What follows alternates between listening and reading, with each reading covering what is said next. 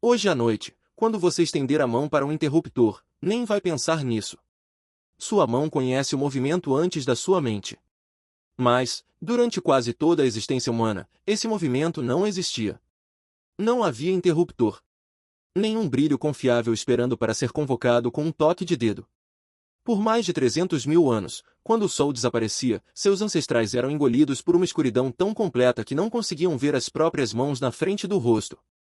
Gostamos de imaginar essa escuridão como tempo vazio, horas simplesmente suportadas até amanhã voltar. Mas outra coisa se desenrolava naquele mundo negro e invisível. Ela estava, silenciosamente, construindo a espécie que nos tornaríamos. Imagine uma única chama na entrada de uma caverna. Talvez 9 metros de laranja tremeluzente, empurrados contra um oceano de noite que se estendia em todas as direções. Além dessa pequena fronteira, olhos brilhavam no escuro, predadores rondando a borda da luz, sem coragem de atravessá-la. Pela primeira vez, um grupo de primatas pequenos, lentos e de pele fina havia encontrado uma forma de manter a noite à distância. Não superando em velocidade o que os caçava. Superando em resistência, uma chama de cada vez. O domínio não chegou de uma vez só. Ossos carbonizados e camadas de cinza encontradas nas profundezas dos sedimentos de cavernas sugerem que os primeiros hominíneos eram, a princípio, oportunistas, capturando chamas de raios ou incêndios naturais e mantendo-as vivas enquanto conseguiam. Só mais tarde, enterrada nos sedimentos de sítios no Oriente Médio e no sul da África, é que a arqueologia encontra a prova mais sólida, leitos de cinza usados repetidamente, no mesmo lugar, geração após geração. Essa repetição é a marca de algo maior do que sorte. Ela indica o momento em que o fogo deixou de ser um acidente frágil e se tornou uma posse, cuidada, carregada e transmitida como uma herança de família que ninguém ousava deixar apagar. Mas o fogo fez algo mais estranho do que apenas afastar o perigo. Ele deu aos primeiros humanos horas extras de consciência sem nada para fazer. A caça tinha terminado. A coleta estava feita. Só restava a luz da fogueira, corpos cansados e a companhia uns dos outros. Antropólogos que estudaram grupos de caçadores-coletores ainda próximos desse ritmo notaram algo revelador: as conversas do dia tendiam a ser práticas, queixas, logística, uma disputa ocasional. As conversas da noite se voltavam para outra coisa completamente diferente. Histórias. Mitos. Fofocas sobre quem amava quem tinha ofendido quem, de onde vinha o mundo e para onde ele estava indo. O fogo não tinha apenas iluminado a escuridão. Ele tinha criado a primeira hora social da história, a ancestral de toda história de fantasma sussurrada sob um cobertor, de todo mito transmitido antes de a escrita existir para registrá-lo. Geração após geração, reunidos ao redor daquela luz, algo na mente humana ia sendo afiado. Aqueles capazes de guardar uma história na memória, de imaginar um mundo além do que tinham à frente, de ficar parados tempo suficiente para escutar, eram esses cujas ideias sobreviviam à noite e chegavam ao dia seguinte. O cérebro que saía daqueles círculos de fogueira não era apenas mais seguro do que o que tinha entrado. Era mais social. Mais imaginativo. Mais capaz de sonhar em voz alta. Agora siga essa escuridão mais fundo, além do fogo, até o próprio sono, porque o que seus ancestrais faziam à noite não parava na hora de contar histórias. Ela se estendia a algo que praticamente ninguém comenta hoje, o jeito como eles realmente dormiam. Historiadores vasculhando séculos de diários, registros de tribunais e velhos textos médicos encontravam repetidamente uma frase estranha, dita de passagem: primeiro sono. Não como um floreio poético, mas como um fato comum da vida, mencionado do jeito que mencionaríamos o café da manhã. Durante a maior parte da história, as pessoas não dormiam em um único bloco longo e ininterrupto.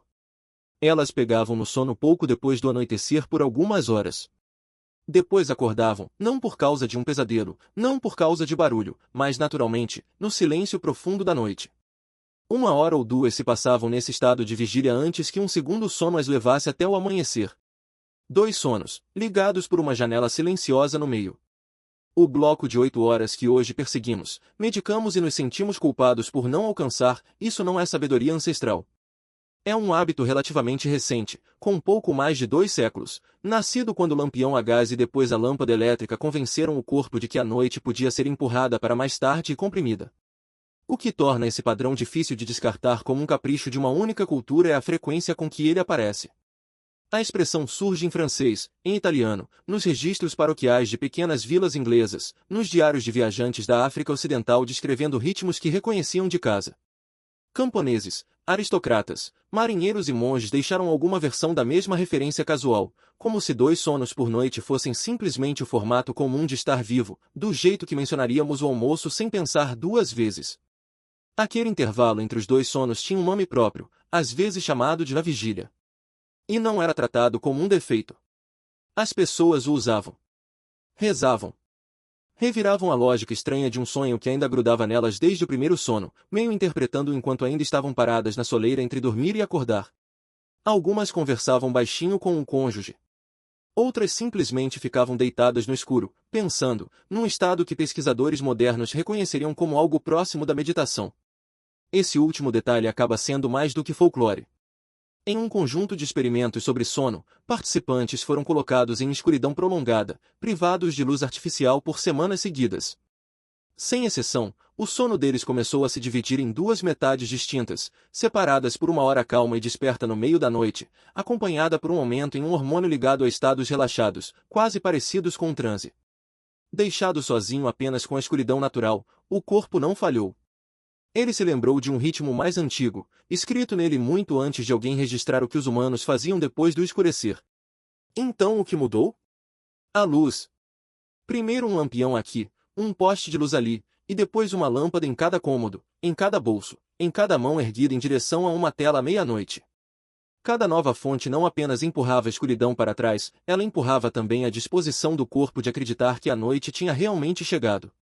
A melatonina, o sinal que diz ao cérebro para desligar, é silenciosamente suprimida pelo brilho azul de um celular do mesmo jeito que antes respondia à luz do dia genuína. Mas tira esse brilho e a reversão acontece rápido.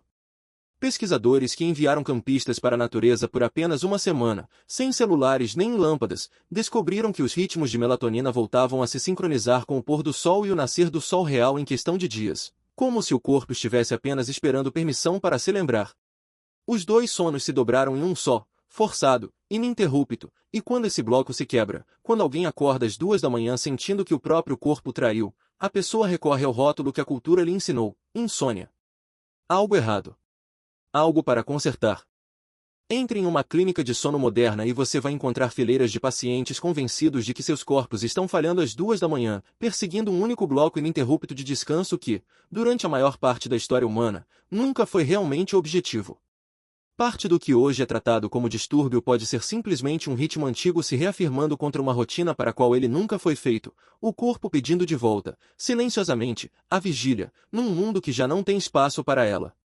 Existe um custo mais silencioso enterrado em tudo isso, que não tem nada a ver com horários de sono.